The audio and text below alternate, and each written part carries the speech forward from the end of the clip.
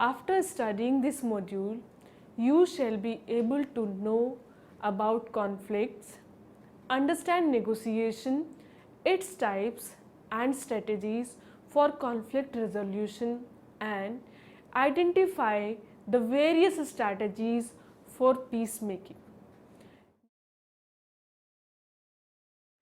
Conflict is a very common part of social interaction and human life. A conflict is basically an understood incompatibility of actions or goals between two or more people. Many people have a very difficult time in finding adequate solution for resolving conflicts.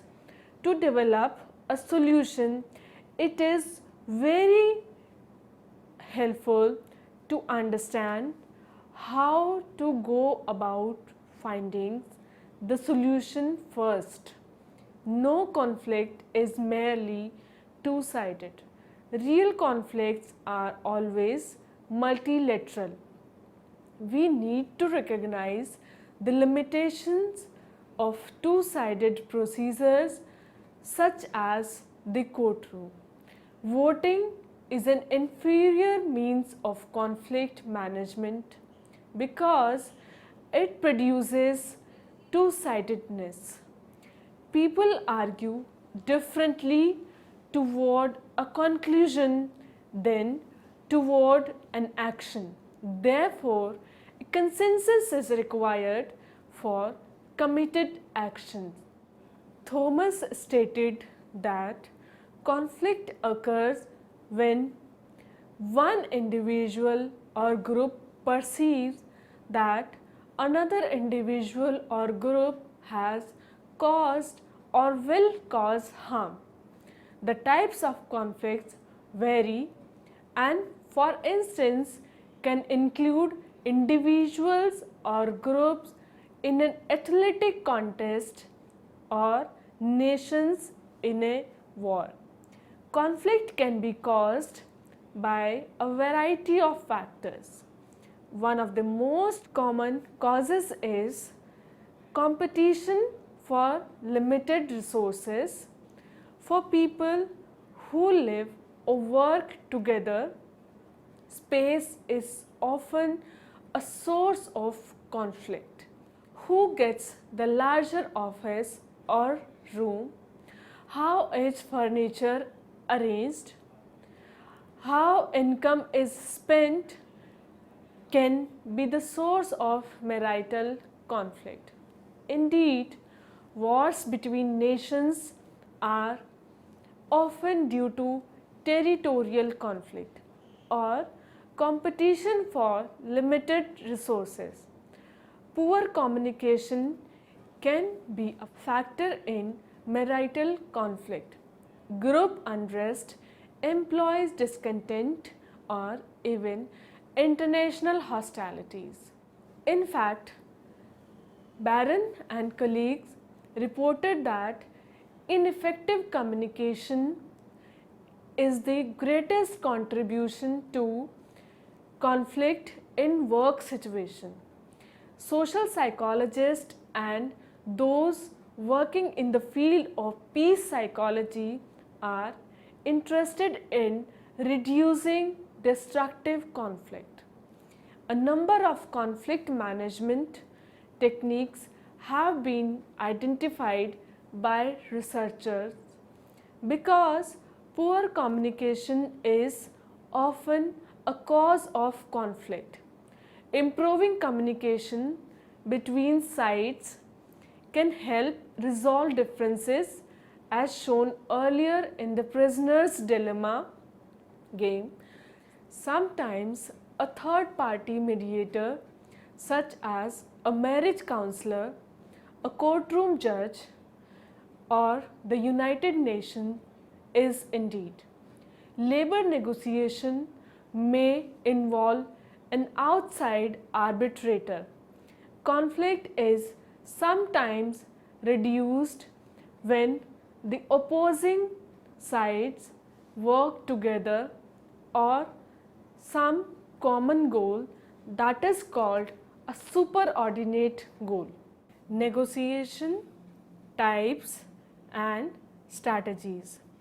Negotiation can take a wide variety of forms, from a trained negotiator acting on behalf of a particular organization or position in a formal setting to an informal negotiation between friends.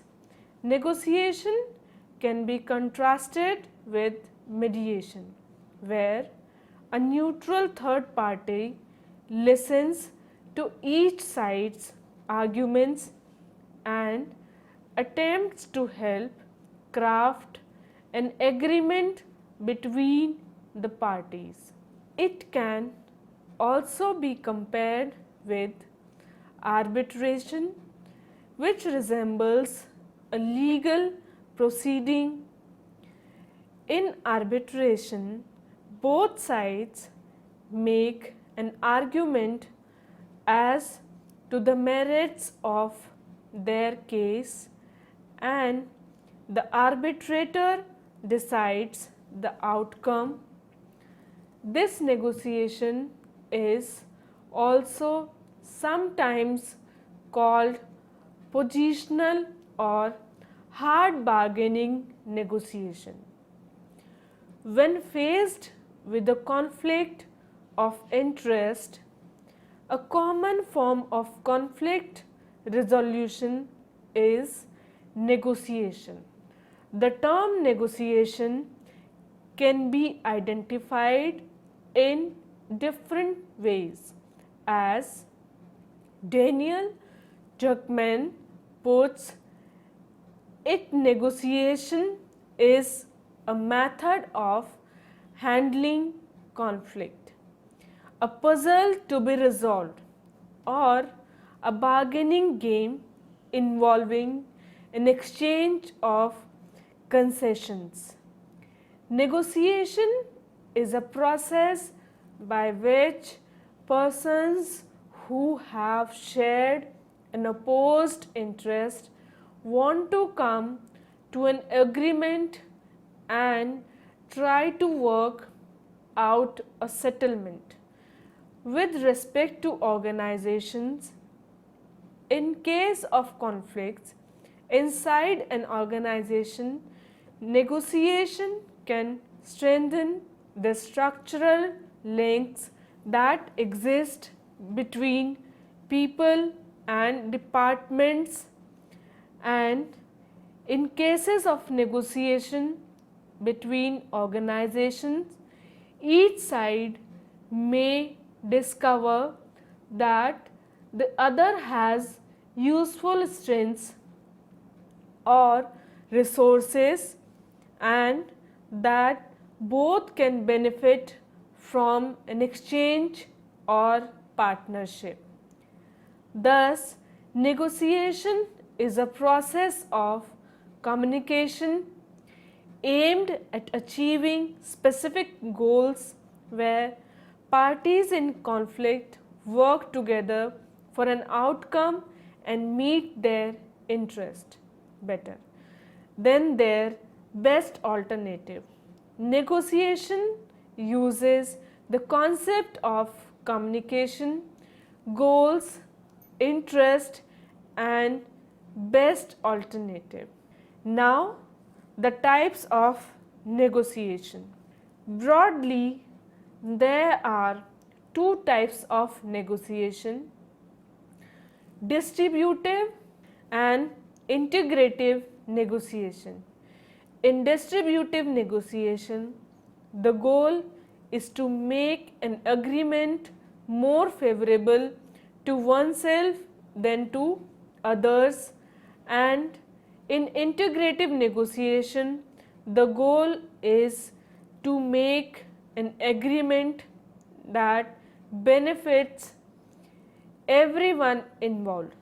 Social interdependence theory provides a framework for understanding negotiation and its types. Social interdependence theory operates when the accomplishments of each individual goals is affected by the actions of others. There are two types of social interdependence. One is positive, which is cooperative, and the other is negative, which is competitive.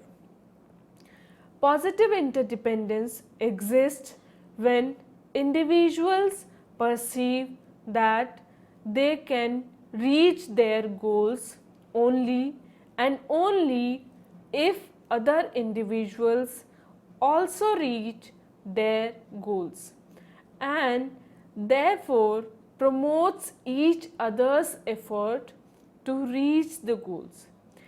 Negative interdependence exists when they perceive that they can obtain their goals only if others fail to obtain their goals, and therefore obstruct each other from reaching their goals. Positive interdependence results in interaction, and negative interdependence results in oppositional interaction.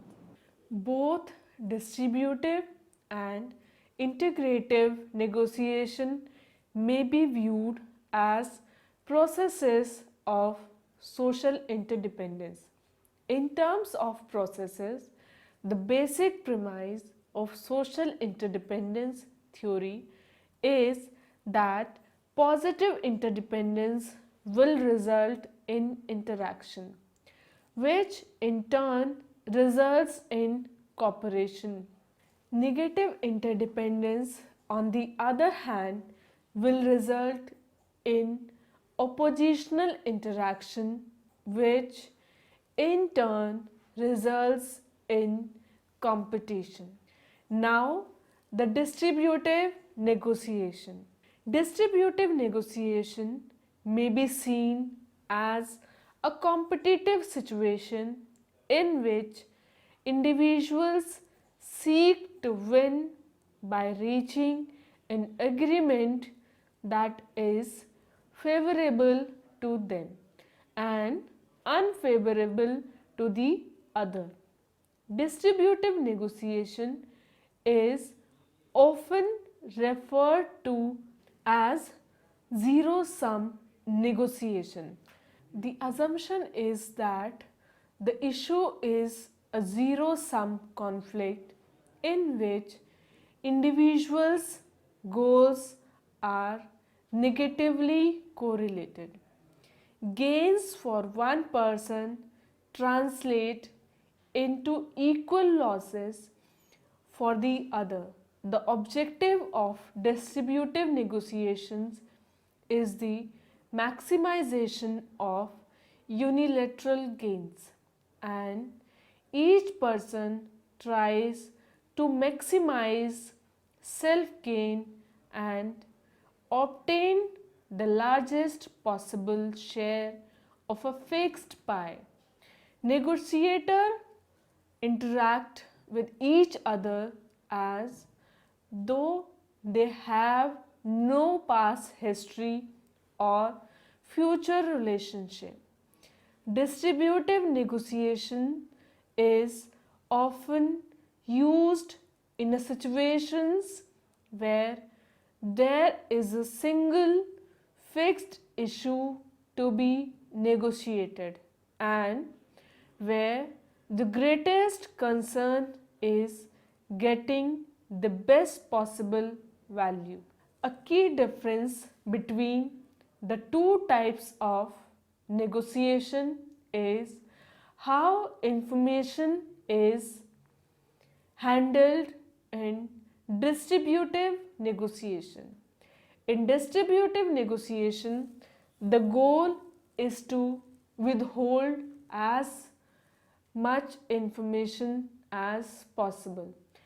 putting the other side at a disadvantage.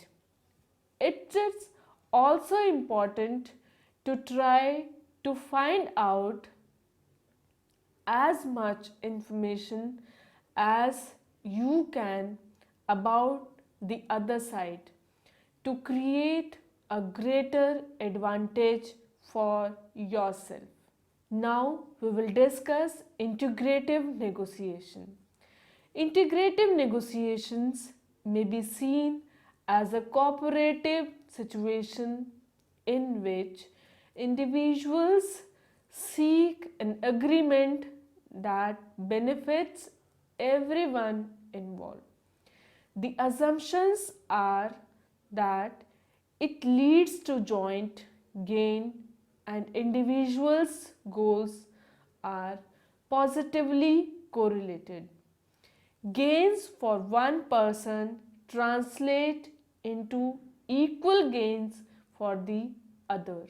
The objective of integrative negotiation is to maximize mutual benefits, and each person tries to expand the pie to ensure everyone's goals will be met to the greatest extent possible. This type of negotiation requires being good at both creating value and claiming it. The goal is to create as many options with as much value as possible for both sides, and then parties need to claim the best value for themselves among the options that have been created.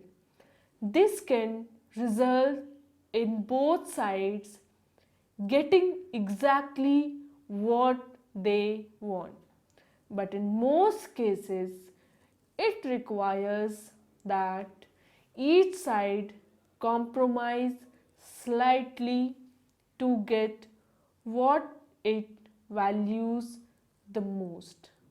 Now, negotiation styles. Neath W. Thomas identified 5 styles responses to negotiation. These 5 strategies have been frequently described in the literature and are based on the dual concern model. The dual concern model of conflict resolution is a perspective that assumes individuals' preferred method of dealing with conflict is based on 2 themes or dimensions. One is a concern for self, that is assertiveness, and the other is a concern for others, that is empathy. Based on this model, individuals balance the concern for personal needs and interests with the needs and interests of others. The following 5 styles can be used based on individuals' preferences depending on their pro-self or pro-social goals. These styles can change over time, and individuals can have strong dispositions towards numerous styles. First is accommodating. Individuals who enjoy solving the other party's problem and preserving personal relationships. Accommodators are sensitive to the emotional states, body language, and verbal signals of the other parties. They can, however, feel taken advantage of in situations when the other party places little emphasis on the relationship. The second is avoiding. Individuals who do not like to negotiate and don't do it unless warranted. When negotiating, avoiders tend to defer and dodge the confrontational aspects of negotiating. However, they may be perceived as tactful and diplomatic. The third is collaborating. Individuals who enjoy negotiations that involve solving tough problems in creative ways. Collaborators are good at using negotiations to understand the concerns and interests of the other parties. They can, however, create problems by transforming simple situations into more complex ones. Fourth is competing. Individuals who enjoy negotiations because they present an opportunity to win something. Competitive negotiators have strong instincts for all aspects of negotiating and are often strategic because their style can dominate the bargaining process. Competitive negotiators often neglect the importance of relationships. And the fifth is compromising. Individuals who are eager to close the deal by doing what is fair and equal for all parties involved in the negotiation. Compromisers can be useful when there is limited time to complete the deal. However, compromisers often unnecessarily rush the negotiation process and make concessions too quickly. Types of negotiators. Three basic kinds of negotiators have been identified by researchers involved in the Harvard Negotiation Project. These types of negotiators are soft bargainers, hard bargainers, and principled bargainers. The first is soft bargainers. These people see negotiation as too close to competition as they choose a gentle style of bargaining. The offers they make are not in their best interest, they yield to others' demands, avoid confrontation, and they maintain good relations with fellow negotiators. Their perception of others is one of friendship and their goal is agreement. They do not separate the people from the problem but are soft on both. They avoid contest of wills and will interest on agreement, offering solutions and easily trusting others and changing their opinions. Next is hard bargainers. These people use contentious strategies to influence, utilizing phrases such as "This is my final offer" and take it or leave it. They make threats, are distrustful of others, insist on their position, and apply pressure to negotiate. They see others as adversaries and their ultimate goal is victory.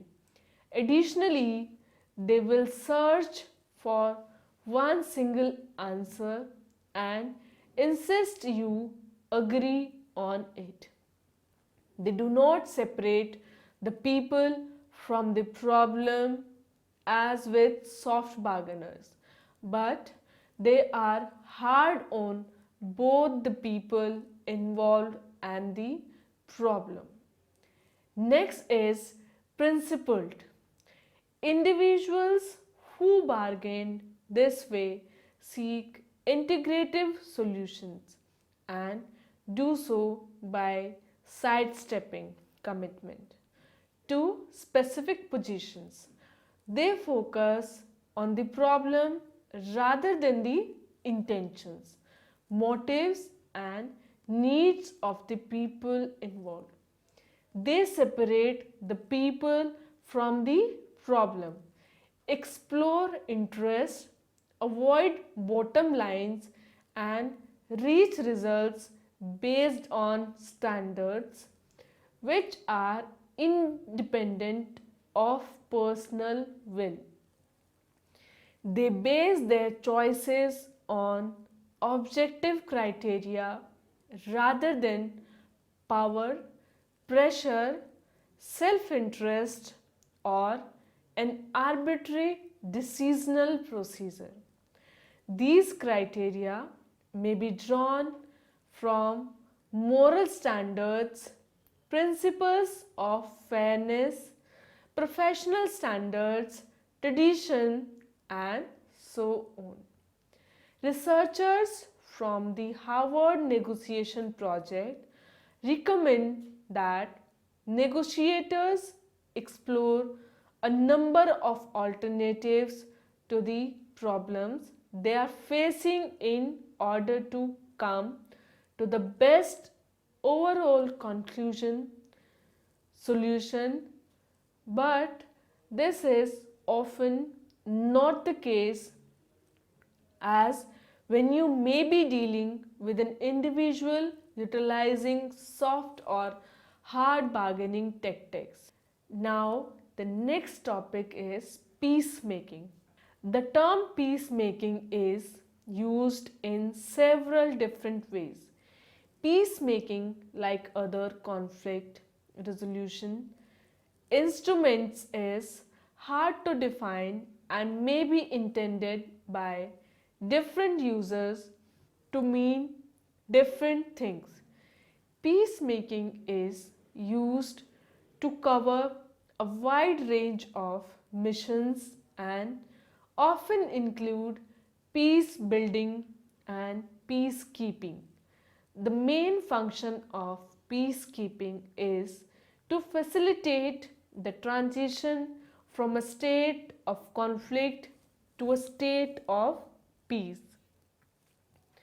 Peacemaking included the actions aimed at bringing two or more hostile parts to an agreement through diplomatic negotiations and with their consent.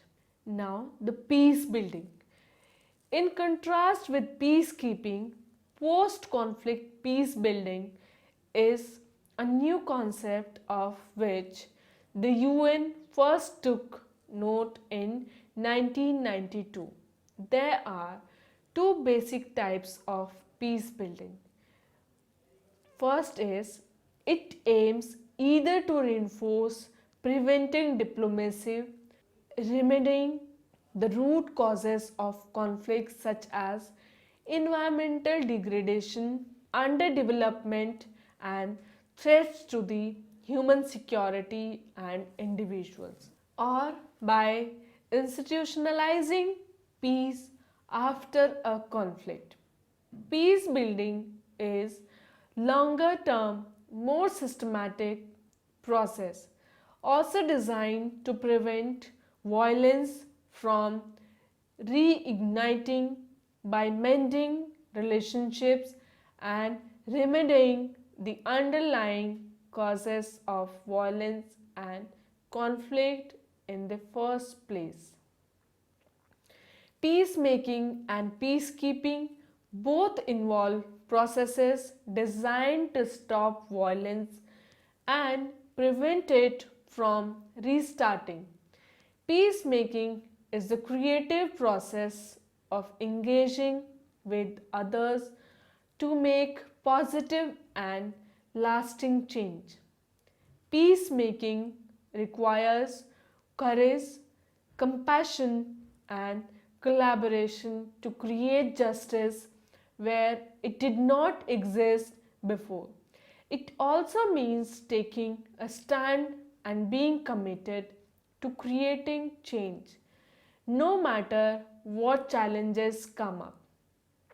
According to the UN, peacemaking is action to bring hostile parties to agreement, essentially through such peaceful means. Peacemaking is the diplomatic effort intended to move a violent conflict into non-violent dialogue. The objective of peacemaking is thus to end the violence between the contending parties. Peacemaking can be done through negotiations, mediations, conciliations, and arbitration.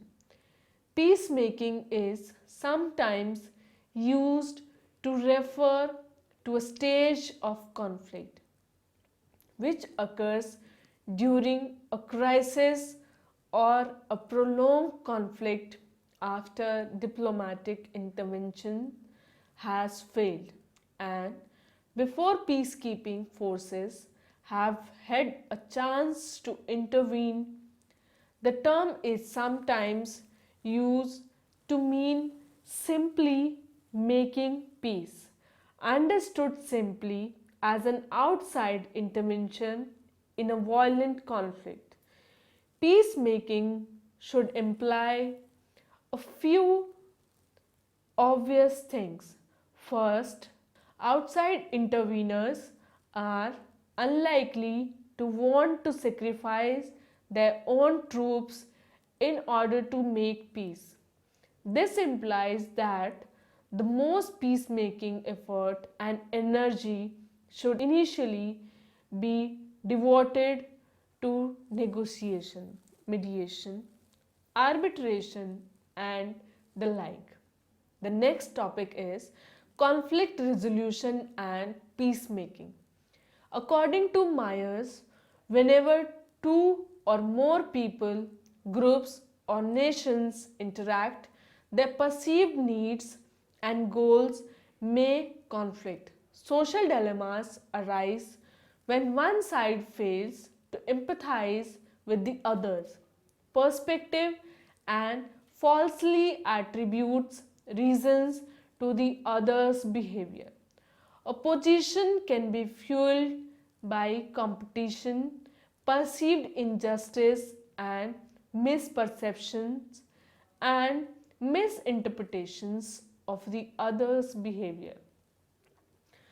Through evolving self-serving motives and the idea that only one side can win as groups gain strength, so does the potential for social dilemma.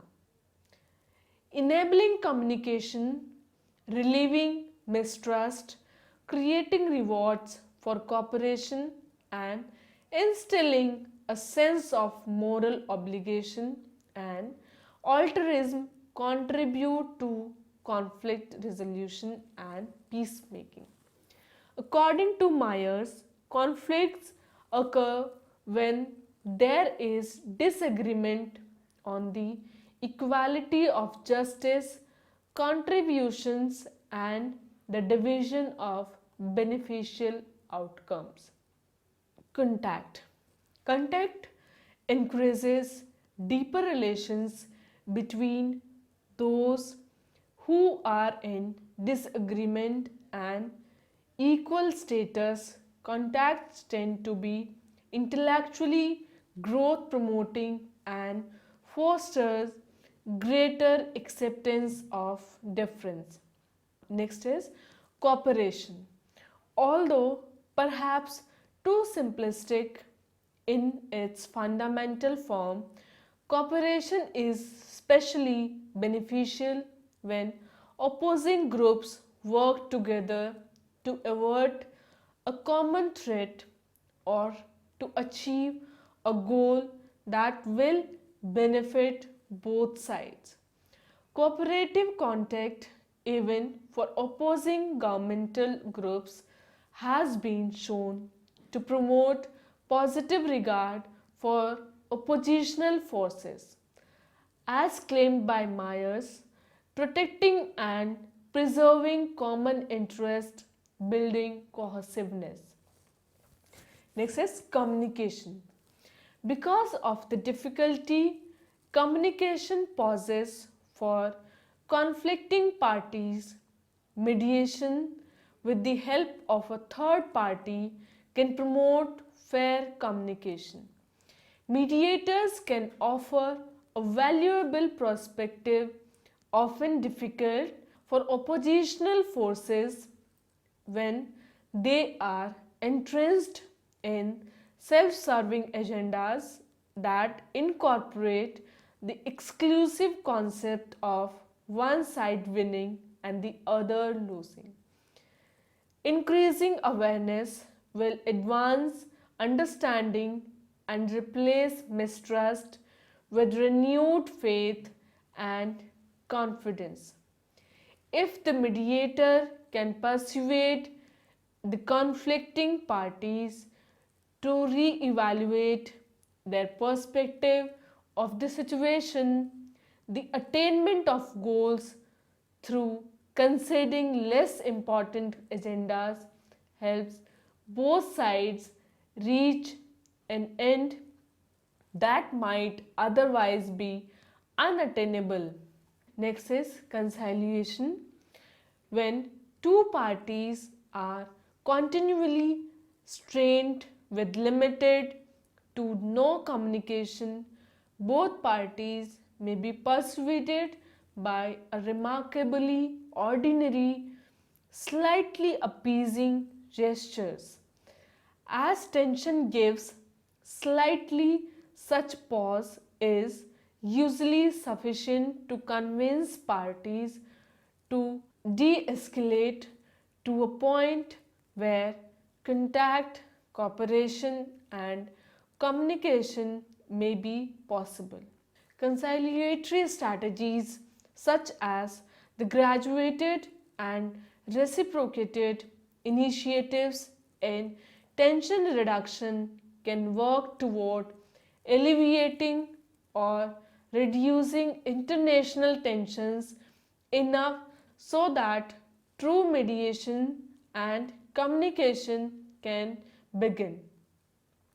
The graduated and reciprocated initiatives in tension reduction are known by its acronym GRIT, describes a well-known process of conflict resolution by facilitating de-escalation by both parties in such a way that leaves opposing sides in a winning position even though there have been small concessions made by each other.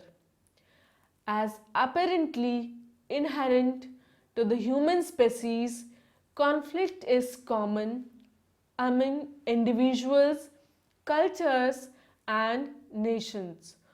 Although the remedy lies in simplistic resolution tactics, the basic underlying assumption by oppositional forces must be a desire to make peace. Peaceful relations offer both sides a winning situation, and working toward Such an end benefits not only the leaders of the opposition but also allows the men, women, and children of both sides a prolific, psychologically intact, harmonious existence.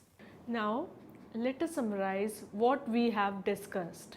The first point is a conflict is basically an understood incompatibility of actions or goals between two or more people. No conflict is merely one-sided. Real conflicts are always multilateral. Negotiation is a process of communication aimed at achieving specific goals where parties in conflict work together for an outcome and meet their interests better than their best alternative. Next point is there are two types of negotiation: distributive and integrative negotiation. Next is in distributive negotiation, where the goal is to make an agreement more favorable to oneself than to others, and in integrative negotiation the goal is to make an agreement that benefits everyone involved. There are two types of social interdependence: positive, which is cooperative, and negative, which is competitive.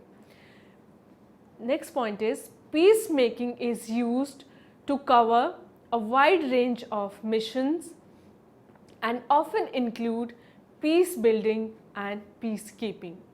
The main function of peacekeeping is to facilitate the transition from a state of conflict to a state of peace.